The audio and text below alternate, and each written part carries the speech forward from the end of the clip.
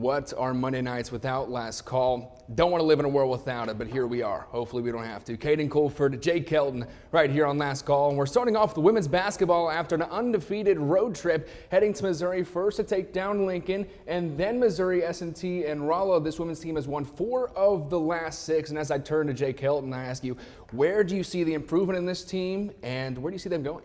Well, this was the weekend of Haley Gilbert. We saw her absolutely dominate in that first game against Lincoln. They had 5'6", 5'8" on her. That was nothing, light work. She caught the ball in the post, was hitting pretty much everything. Mid-range, didn't matter where she caught it, she was able to score the ball. And then in that second game, Missouri S&T, when it really mattered, who showed up? Jalen Murray. She was probably the most impressive player this weekend. That 3-ball was, it was on point. It was on, and we look at that margin 4 for 6 on the night from Jalen Murray, and she finishes with 21 on the night, followed by Patricia Chicamba with 14, and then Haley Gilbert with 10 in Rolla as well. So as we look at this squad, they're really clicking on all cylinders. Easy to throw away a season after the start that they had, but they're really starting to get things going. And as we look back to that Lincoln game, I know a big thing that stuck out to us was Chicamba, not even her greatest game of the season. One of the only times that she's really been under 15 points throughout the year. And you look at this team and you say, wow, everybody coming together to play the best basketball they have to this point. And with Maryville and UMSL coming up, there's a lot to build on. Well, this is kind of a similar argument to what we see in the NBA. Do you want your guy to score 50 points and lose, or would you rather everybody be involved and you get a win? And that's kind of what we saw this weekend compared to last weekend. We saw Patricia Chicamba, she scored 33 points, but she took 33 shots. This time, a lot less shots. It was a spread out. Everyone was getting shots. And I think that favors not only Jalen Murray, but it also helps out Haley Gilbert because everyone was looking for her. And someone we talked about, Sine Thomas, she was seeing some elevated minutes these past couple of games, but that's because Coach Sharp sees what she's seeing in the court. She's able to find Haley Gilbert better than anybody on that team, and it really opens up the floor whenever she catches it inside and they play that high-low action.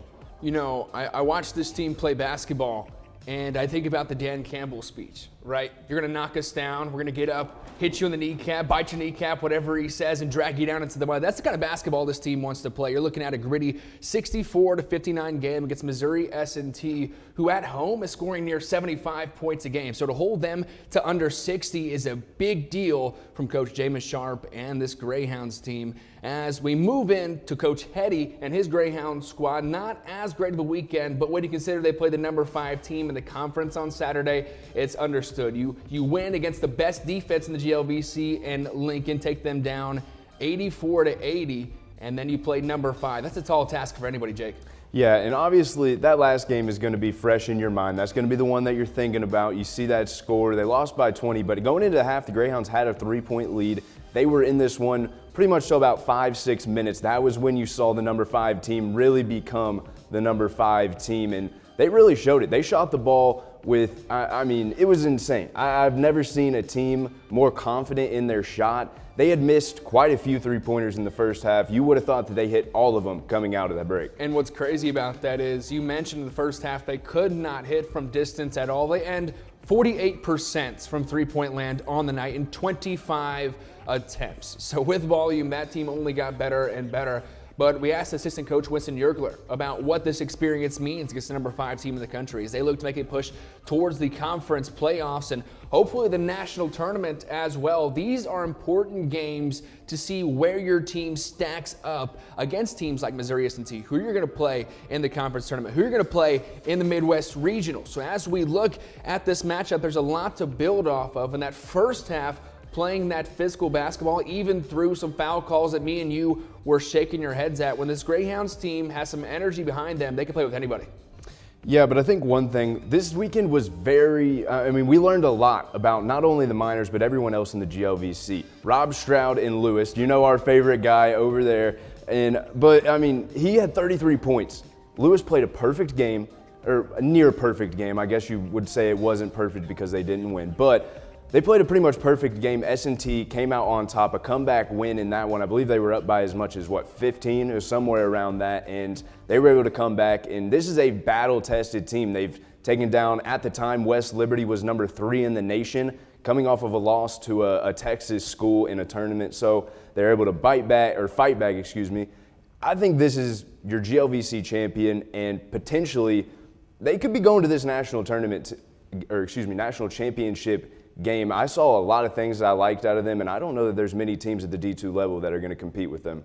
Well, as Coach Hetty's team goes 1-1 on the weekend. Again, it's Maryville and Umsulfur. Pack the house on Saturday. Make sure to show up to Nixon Hall this weekend. It's going to be packed. It's going to be fun, and you're going to see some great basketball. It's a doubleheader in stock for everybody, too. Everybody needs to come to Nixon Hall. Yep, it's always a fun time. Last year, it was a great time, and we actually got to see two of the best environments in the GLVC. S&T, they know how to get loud, but Lincoln, that band, I think I'm still and hearing we were it. warned, too. We were warned. This band gets loud. It's louder than you think. If GLVC basketball, it's some basketball to watch. That's for sure. We're going to come back and talk the Super Bowl this weekend. Chiefs, Eagles, a rematch from 2022. Here are our thoughts, plus Freddie Hawthorne up next. Good morning, Greyhounds. Your weekly dose of Greyhound entertainment. I think if you watch our team, they have fun. You know, they have fun playing. There's so much that you can do to get the most out of yours. Our alumni care deeply about the success of this university. Come here. Watch Good Morning Greyhounds every Saturday at 9 a.m. Catch us on UINDY TV's YouTube channel and Xfinity channel 1096. Is Patrick Mahomes inevitable? That's the question the NFL is asking this weekend heading into the Super Bowl. Can anybody defeat Patrick Mahomes and the Kansas City Chiefs? There's only one team left with the try, and that's the Philadelphia Eagles with Jalen Hurts, Saquon Barkley, A.J. Brown, Devontae Smith, a couple former Heisman winners on that squad to try to knock off the Thanos of the NFL. It's Caden Colford joined by Jake Helton and Freddie Hawthorne today ahead of the Super Bowl on Sunday. And there's a lot to break down in this matchup. But first, I want to turn to Freddie. And what do you see as the outlying measures in this game? What sticks out between these two teams? And how do the Eagles beat Patrick Mahomes? Well, I think if there is any team in the NFL who has the best opportunity to beat the Kansas City Chiefs, I think it is the Philadelphia Eagles. Really? I mean, when you have a running back like Saquon Barkley, who's coming off of almost a record-breaking season. I mean, he was one game away from breaking the all-time rushing record. So when you have a guy like that paired with Jalen Hurts, who's been playing really good, Devontae Smith and A.J. Brown, who are both very talented wideouts, I think they do have a really good opportunity to win the Super Bowl this year. And Jake, is Saquon enough? And is this Eagles offense enough to beat the Chiefs? I mean, I really think it is. You look at what Saquon was able to do this year, over 2,000 rushing yards, as you said, a career high of 13 touchdowns. That's with Jalen Hurts' 15 rushing touchdowns. You know they like that tush-push. Whenever they get in the red zone, that makes it a lot harder for him to get in the end zone. Doesn't matter. He's had 3 60-plus yard touchdowns in the postseason. In the postseason alone. That's something that most running backs don't ellipse all season. But you look at the rest, I mean, I think the O-line, we finally get a chance to see what he's able to do with a solid O-line coming out of the Giants. This is his first year. He was able to prove it. I think he proved himself as one of the best, if not the best, running back in the league. And, well, we'll get into it in a minute, but I think that's almost good enough to earn him Offensive Player of the Year. But you look at what Jalen Hurts is able to do. I think that the Kansas City Chiefs' run defense has been a lot worse these past 6 weeks than it was the first 14. You look at it, I think it was, 80 yards per game those first 14 weeks. These past 3, 4, 5, it's been over 130 yards. So that's not something you like to see if you're a Chiefs fan, giving up more yards, especially with this matchup of Saquon Barkley in the future. And I think back to the Bills game where James Cook was really, really giving the Chiefs a hard time, but it's hard for me to sit here and think that Andy Reid lets that happen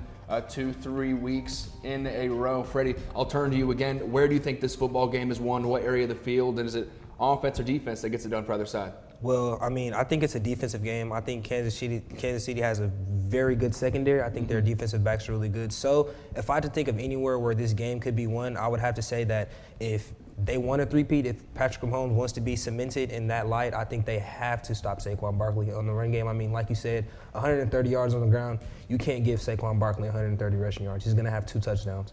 So, I mean, that's just simple as that. They have to stop Saquon. Stopping Saquon, definitely a lot easier said than done. And you mentioned the run game has been a nightmare for the Chiefs defense to this point. It's just a matter of exactly that. Can Philadelphia provide Saquon the entire game? And if Saquon's not there, will Jalen Hurts be able to play quarterback at a Super Bowl caliber level? What do you think, Jake? Well, I think it really comes down to a battle of the two defensive ends. You're looking at Chris Jones and you're looking at Jalen Carter. Those are your two guys that I think are really going to make a difference. Yes, you have playmakers behind the line on offense, but defense is where defense wins championships. Every single coach says that. But if Jalen Carter can get back there, pressure Mahomes, get him out of the pocket, and they're able to get him down without giving up too many yards up to him on the ground, I think they win that battle. That's something to keep an eye on right there. Chris Jones, very good at pressuring the quarterback. If he's able to get in there, not only make a difference on the run side, but he's also able to make a difference getting to Jalen Hurts, forcing him out of the pocket. I think whoever is able to limit the quarterback to the least amount of rushing yards is going to have a better chance of winning this game. As we look at Patrick Mahomes, he's won 9 straight playoff games. It seems like this guy gets it done no matter what, no matter the obstacle. Josh Allen, Lamar Jackson, you name it. Everybody in the AFC has come together to band against the Chiefs, and it just hasn't worked at this point. We talked a lot about the Eagles' strength, but you look outside Patrick Mahomes, you have Juju Smith-Schuster, Xavier Worthy, the fastest 40 in NFL history. Are those weapons enough, Freddie? I mean, I like to say that, we had the Legion of Boom, with, the Seahawks and Richard Sherman. I like to call the Chiefs the Legion of Zoom because they have so many speedsters. I mean, you have Xavier Worthy, Marquise Brown. I mean, Rashee Rice isn't healthy, but, I mean, that's just somebody to look at, when coming up Sunday, maybe he tries to get out there and gets a couple snaps in. It's the Super Bowl. But exactly, it's the Super Bowl. So, but, yeah, I think that the Eagles cannot let Patrick Mahomes be himself. They can't let him get out the pocket and create extra plays. They can't let him run the ball. I mean, they have to make him uncomfortable. Jalen Carter has to make Patrick Mahomes uncomfortable back there, or else, this is not going to be the game that they hope it is. I mean, Patrick Mahomes he's that guy. I mean, Tom Brady retires, and now we're looking at him as probably one of the best quarterbacks here. So, yeah. Jake, is there enough on that Chiefs end to get the better of the Eagles? I'm going to take the Eagles in this one. I really think that this matchup favors the Eagles. They have a lot better defense. They're able to force turnovers, and this is something that we saw this year from Mahomes that not necessarily something that we usually see. He had 11 interceptions this year. He's been fumbling the ball at a lot higher of a rate. I think that the Eagles are able to make the Chiefs turn the ball over. That gives them some extra possessions. I like Saquon in the run game. I like Jalen Hurts in the run game. Give me the Eagles by 2 touchdowns. Well, CBS actually agrees with you on that front. CBS is predicting a 31-24 outing in favor of the Eagles, with Saquon a projected 24 carries, 110 yards, and 2 touchdowns. I think that's what it's going to take from Saquon, but will the Chiefs allow that? In my opinion, I don't know. I don't think so. I think Andy Reid goes out and wins this game for the Chiefs. I think he's the best coach the NFL has seen since Bill Belichick, since his departure. Obviously, him now stepping down in North Carolina. College football is going to be shaken up a bit. But I feel like I've been watching Andy Reid, and you talk about the referees all the time in the NFL, and somehow the Chiefs win because of the referees. Chiefs win because of this. Chiefs find a way to win. And if you're a betting man with their money on the line, I don't see a world where you can take any team but the Chiefs. With Patrick Mahomes, who's probably already cemented as the second best quarterback to play football to this point, right behind Tom Brady. And a lot of people are having that conversation between him and Brady right now. So you combine one of the best minds that has ever touched the gridiron with one of the best arms that has ever been under center. And I think it's hard to bet against the Chiefs in this game, Freddie.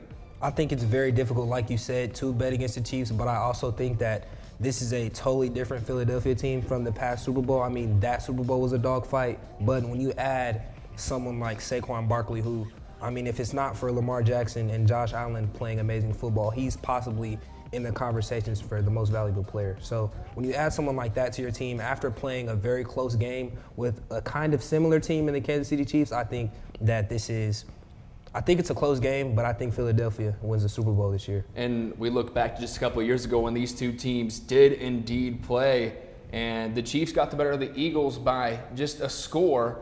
Miles Sanders just rushed for 16 yards on 7 carries. Well, bad news for the Chiefs. Miles Sanders is definitely not in the backfield for the Eagles this time around. And you mentioned the tush push. They've been killing teams all year. You have to beat the Eagles on 4 downs. I think that's what separates the Eagles from other teams in the NFL. You have to beat the Eagles. They're in 4-down territory, it seems like, no matter where they are in the field. So just as we wrap up what the Super Bowl is going to come to be, how about a Super Bowl MVP from each of you? I think it might be obvious if you're picking the Eagles in this scenario, but is it just Saquon flat out? Yeah, I think it is just Saquon flat out. I think if you look at the Chiefs and the way that they have been playing defense, you mentioned how Cooks did against them last game. I mean, I think that Saquon's going to have 200 yards here. Not a think, I know he's going to have over 100 yards.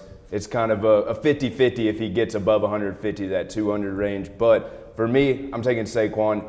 Finals MVP, or excuse me, not Finals MVP, Super Bowl MVP, and Eagles get one.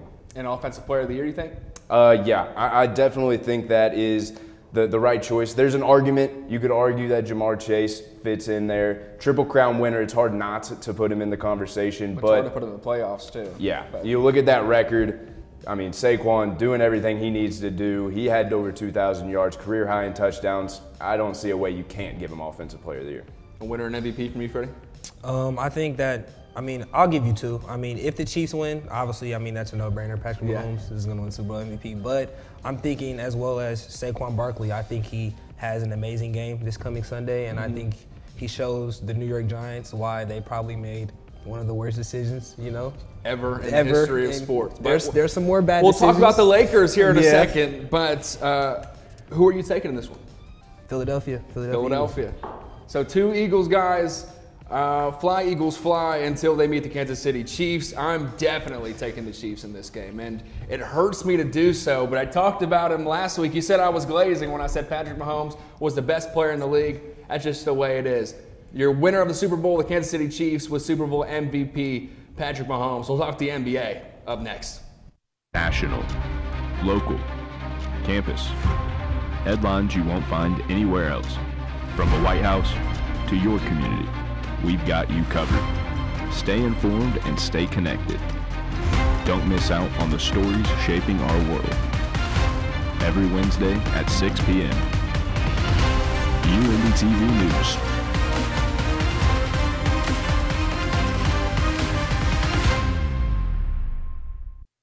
Your phone's broken or you haven't watched TV, picked up a newspaper, or seen any news on the NBA at all, a monster trade sends Luka Doncic to the Los Angeles Lakers in return for Anthony Davis, some picks, and Max Christie going to the Mavericks as well in this one. This completely shakes up the NBA, let alone the Western Conference, as the Lakers obviously in win-now mode, and I'd make the argument that the Mavericks also in that same gauge.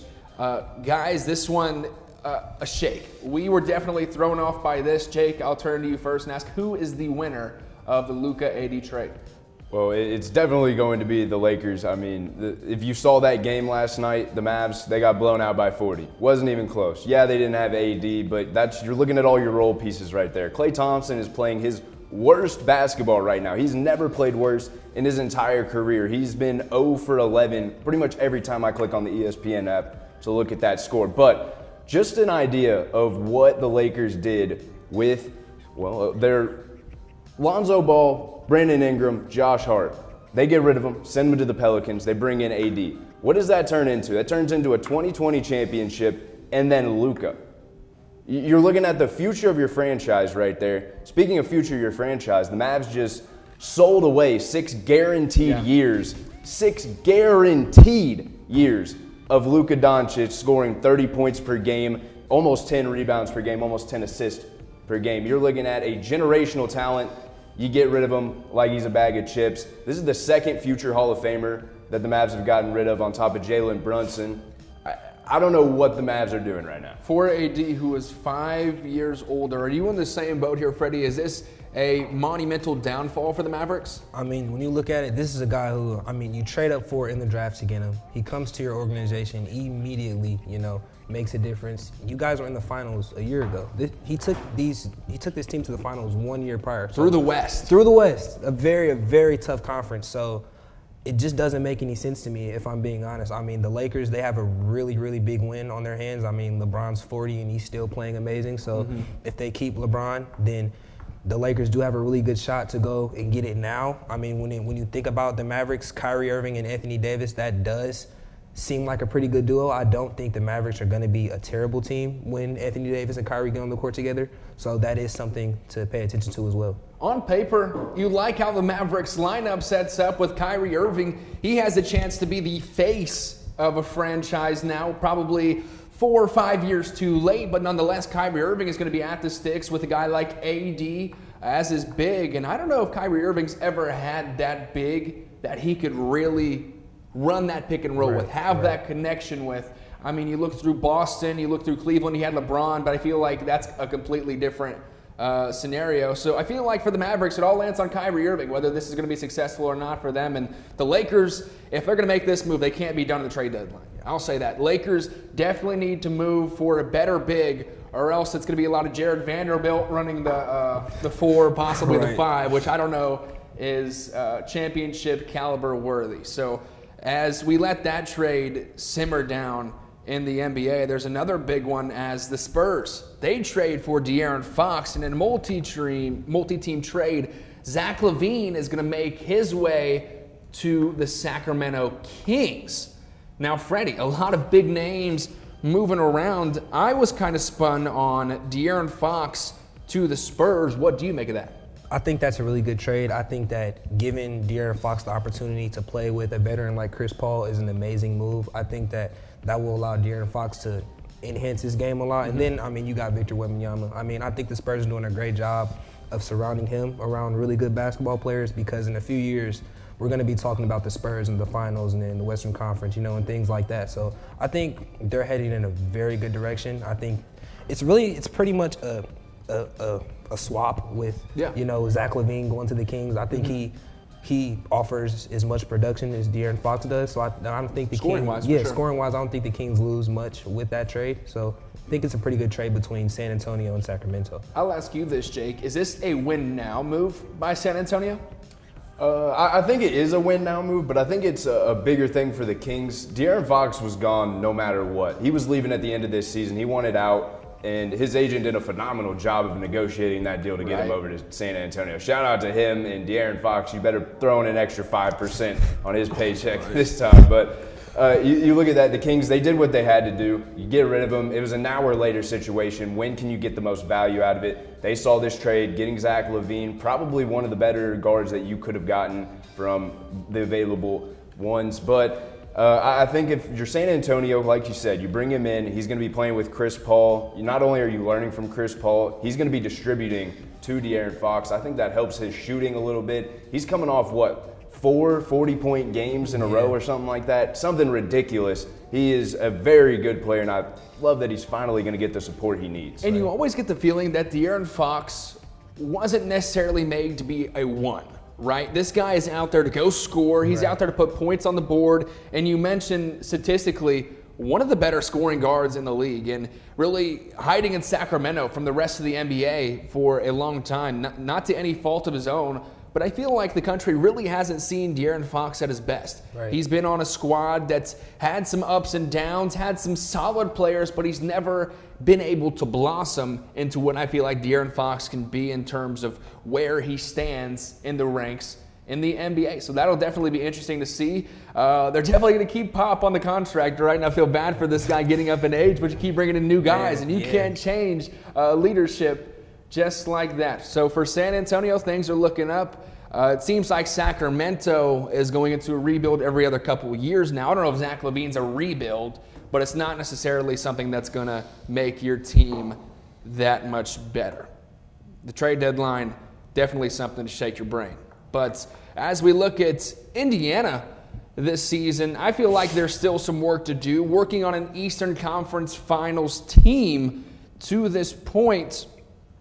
Jake, you and I both had picks for the Pacers in terms of what they could do in this one. First, Freddie, I'll ask you, what do you feel like the Pacers are missing to this point? What can you add? And then we'll talk about what me and Jake want to add to this roster. I think from just watching what the Pacers have done this year, I think what they're missing, honestly, is either a 3, which is a small forward, or another center. I mean, when you look at possible trades, I think Miles Turner is easily on the trade block this year. I think he can go anywhere from, a team like the Lakers, who need a center, or probably anywhere else in the West. I think Jimmy Butler is also on the trade block, so if Indiana wanted to get a scorer from anywhere, they could possibly try and figure out a way to get Jimmy Butler. I mean, there's a lot of insane trades that have happened, so it's not like they couldn't do it. Exactly. So, yeah, I think Jimmy Butler, or, try and find somewhere or find someone for Miles Turner. Well, we'll start out with what I thought the direction the Pacers should go in was. And I'm just looking at the way the Pacers are set up. And in terms of their offense, you have Tyrese Haliburton with the ball about 40% of the time, Pascal Siakam with the ball about 40% of the time, and then Andrew Nembhard or Ben Mathurin with the ball the other 20%. I'm looking for a shooter, some guy that does not need to play with the ball in his hands, can run behind a screen, play a little bit of defense. Obviously, you're looking at Luka Doncic, you're not going to think the best defender in the world, but in that transaction, you're giving up some young talent and most likely a Jarris Walker, possibly some picks. In this scenario, I put Jarris Walker and Ben Shepherd for Luka Doncic and 2 firsts. And I feel like Jarris Walker and Ben Mathurin, 2 guys that the Pacers are definitely offering up as young talent at a high price right now. The thing about Walker and Mathurin, they're playing some of the best that they have in their young careers, and that gives you the chance to go after a shooter that can really up the game. Yeah, I kind of went in a similar situation or a similar direction, kind of to what Freddie was saying. You need that small forward, and I'm looking at Cam Johnson. This is a player that a lot of teams are looking for. So it's someone that the Pacers are going to have to give up quite a bit to get. That's the unfortunate part. So you look at this trade, and it's not the most eye candy appealing thing that you're going to see. D'Angelo Russell, I threw him in there just because I feel like if you're the Nets, you got to give up something else other than just Cam Johnson. But this trade, you're giving up Miles Turner. He's a 1-year contract. He's done after this year. He's going to be wanting 25, 26, maybe even 27 million. That's a huge chunk, plus Pascal Siakam, plus Tyrese Haliburton. And you're talking about the Pacers are a couple million away from that luxury tax. They really don't have a lot of room to work with. That's kind of why I have Aaron Nesmith on there. He's a lot of money, and I feel like you can get the same production out of D'Angelo Russell on. You're paying a little bit more money, but I think that he's able to take that pressure off of Tyrese Haliburton, something me and you talked about. Tyrese Haliburton really struggled to handle the ball in that Eastern Conference Finals against Boston.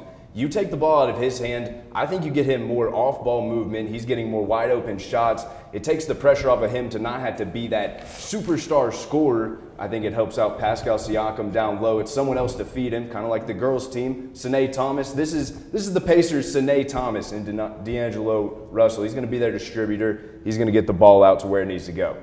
That's definitely an analogy. Sine Thomas, D'Angelo Russell. I like Cam Johnson. I was also thinking in that direction. I was also looking at possible trades to the Lakers for Miles Turner. That is a definite landing spot that I see for Turner in the coming week. However, that does it for our picks in terms of trades. But now we head into the Primetime Pick Em. 5 games coming up after this break. There's no shot he has time to make that throw. There's no shot he gets away from that. He's that guy, dude. He is that guy. When it comes to football, Mr. Football, right? Not a chance he escapes the pocket like that, gets out, makes a throw on the run, on the dot. No way. He's going to do the same thing to Michigan. Watch it. 10-0 heading into Ohio State. I'm calling it. You want to bet? Let's do it. I'm Caden Colford alongside Jake Helton for college sports, pro sports, everything Indianapolis. This is last call, where winners are made as we hop into the Primetime Pick 'em, right? First game on the slate, Boston Celtics at Cleveland Cavaliers. If you're asking me in this one, Cavs actually got the better of the Celtics this year. I think they're 1-1 in the series, and they're a lot faster than Boston. But I think when Boston plays at its best, Boston is the by far better team. Look at the standings right now. Cleveland's ahead, and not for long. Boston is the better team and will be come the end of the season. Oh, I'm going to have to disagree with you. I watched that Cavs game against the Mavs, and they were up by 50 points. They scored 50 points in the first quarter. They were up by about 50 at halftime. Ended up winning by a little bit less than 40, I think. I like the Cavs in this one. Well, if Darius Garland decides to score 30, then maybe, but it's a 50-50 chance. So we'll see and move on to Wednesday's action where the Spurs will take the road, head to Atlanta to play the Hawks. What are you thinking? I mean, Fox should be there. I believe he'll be playing in this game. I like Wemby. I like Chris Paul. Give me the Spurs. I think Wemby has 50 in this game with 27 rebounds, 13 blocks, and he might have the first ever quintuple-double, if I'm not mistaken, in the NBA. I think this guy goes absolutely ballistic against Atlanta. I don't see anybody on that team with any chance of keeping him under 30 points. Spurs walk away with this one handily. Easiest game on the slate. Wednesday, Phoenix Suns at OKC. We just watched Phoenix tear up the Warriors back at the hotel room in Raleigh. But the Thunder are not the Warriors. And we might have got that pick wrong last week. But OKC, look, they're going to have off games sometimes. I don't see one twice in a row, at least. I think OKC gets it done. Yeah, this was one of the few games that the big three actually played in. Bradley Beal, Devin Booker, and Kevin Durant. I don't know how many there's been exactly, but it's not a lot. And they each had 20 points. That's probably not going to happen every single night. I don't think it happens against the best defensive team. If you look at the best defensive players in the NBA right now, 1 through 20, I think 8 or 9 of them are all from OKC. So give me the Thunder. Thursday's action, Warriors at the Lakers. And I was also messing around with the Warriors last night, trying to find a spot for TJD to fit into the Pacers and give a Miles Turner at some point. But as they play the Lakers after a huge trade, we're not sure if Luka's going to be back, but what do you think? He is already in LA, so that's kind of interesting. He might play, might not. That's the thing about all these. You never know when they're actually going to start playing. It's not like they come out and say, oh, I'm going to be in town playing on Friday. They don't let you know. They did say before the All-Star break. That's all the help I can give you. But Austin Reeves, 18.4 points per game. I like him. He's averaging 6 assists too, I believe. Give me the Lakers. Well, I think even if Luka did play, you're still missing any kind of center at all, which necessarily isn't the biggest thing when you're playing the Warriors. But as this has to be a shock for LeBron, a shock for Luka, it takes some time to adjust to that and adjust to each other's play styles. Two guys that have the ball a lot, and obviously LeBron, a great distributor, a great superstar, and his ability to adapt to other players has made him one of the best to ever play the game of basketball. But in this game, fresh off one of the biggest trades in recent history, I think the Warriors go into crypto and take this game. Yeah, I don't know. I don't know about that one. Final game on the slate, it is Friday. Philadelphia 76ers at the Pistons. And what I'm thinking in this game as Philadelphia takes the road. Philadelphia, Kelly Oubre is your second best player, right? And while they can sneak some games out, and Detroit's not the best team in the East, Caden and them are going to get it done at home against the 76ers. Yeah, pretty much the same reasoning. Cade's averaging 25 points per game. They have 6 players in double digits right now. I definitely like the Pistons. Who knows? Joel Embiid's missed 47%, or he's played 47%, missed 43%, something ridiculous like that. Who knows if he'll even be playing? Give me the Pistons. Well, Tyrese Maxey might be able to get something done, but as we take a look at the records, I'm glad it's a long season. Still working the way back, but we got 5 games to change the slate in a major way. Something to say while you're on top, Jake? Yeah, well, I don't know. We'll go back and check after this, but I'm pretty sure I went 0 for 5 last week, so that was pretty embarrassing. But hopefully this week, I actually have my prep. Google Docs didn't screw me over this time, so I think I got some solid reasoning. The logic behind the picks makes sense to me at least, so should see 5 picks, or 5 more in the W column, I should say. Logic finds itself in the L column, and Caden is going to find himself at what, like 25 and 17 next week, and I can't wait. I'm here for it.